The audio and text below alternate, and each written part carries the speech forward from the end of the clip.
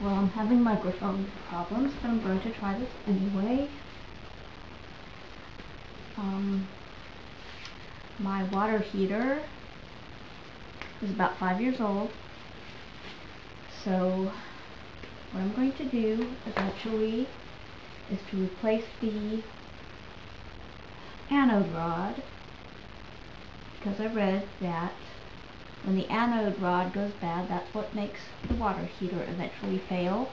And it was a lot of trouble getting the water heater installed the first time, and I really don't want to have to do that again anytime soon.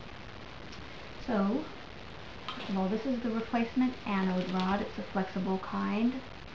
That makes it easier to put it in when you don't have a lot of overhead space.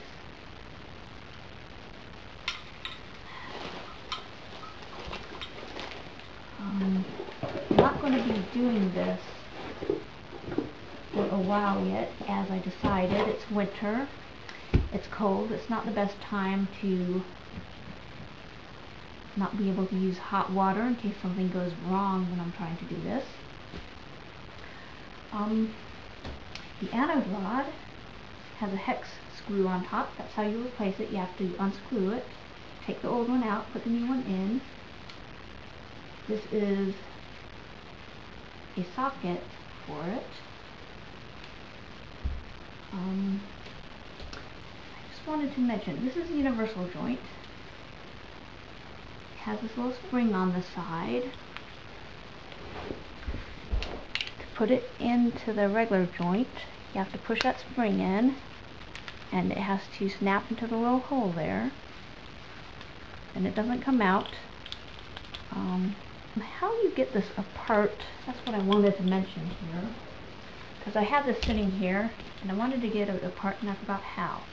There's two holes on the socket. You have to find the one that has a spring inside, push it in,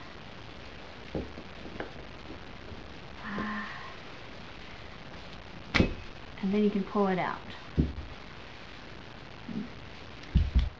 Here's a closer up view of these parts. I forget what this was. I think it's a 1 1/16. Yeah, 1 1/16 inch. That's supposed to be the standard size for the hex head on the anode rod. And again, this is a 1 1/2 inch bit socket, which I read is the best kind to get. And I read that the hex head was better than there's also like a kind that has like 12 points on it that would fit on a hex head, but that's more likely to strip. So I got this kind, and this is a special socket for an impact wrench. It's stronger than regular sockets because it has to withstand more force. And this is the universal joint, which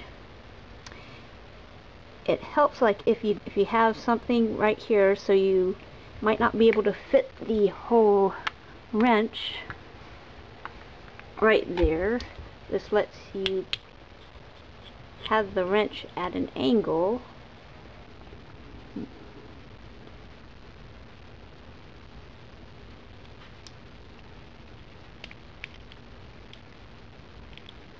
This is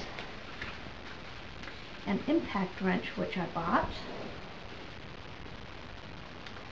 I haven't used it yet. It's sort of scary. It's very heavy. It's about twice as heavy as my regular drill.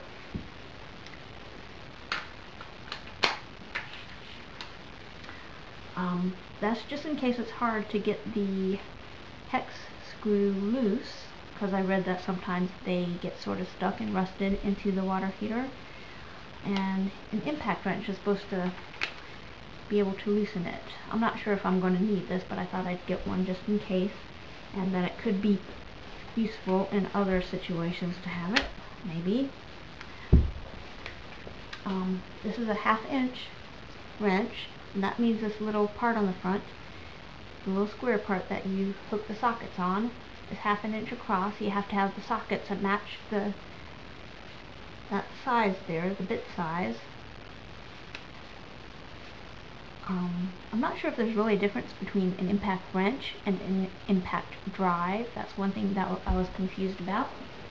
when I was reading various web pages. The only difference that I could figure out possibly is that the wrenches have this square bit, whereas perhaps the drives have a hex bit, so it's a different shaped bit. Sort of like this is a hex, this is a square. This is a manual socket, wrench, whatever you call it. So I'll probably try this out first. If it comes off easy, then I won't even mess with this big heavy thing, which you're supposed to use 2 hands apparently to steady it.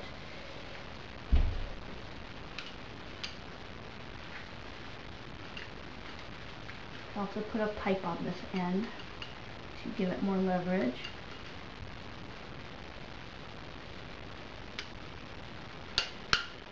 Alrighty then. I just wanted to mention that about how to get this apart from this, because for a moment there I was stumped.